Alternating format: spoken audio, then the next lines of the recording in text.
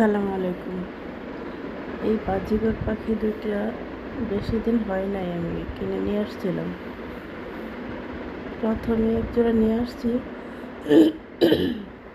তখন একটা মারা গেছে।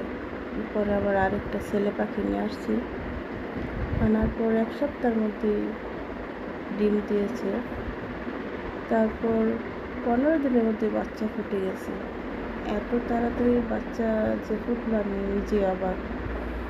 তো 4টা বাচ্চা ফুটছে, ডিম দিয়েছিল 5টা। তো একটা ডিম এখনো ফুটে নাই, আর এক জোড়া উমে বসছে, ওইখানে দিয়ে রাখছি। আর এখানে 4টা বাচ্চা ফুটছে। তো আমার এগুলো দেখতে না খুব ভালো লাগে। ওই মা পাখিটা কি সুন্দর করে করে করে বাচ্চাগুলোরে খাবার খাওয়ায়। আমি বসে বসে এগুলো দেখি, খুব ভালো লাগে আমার কাছে।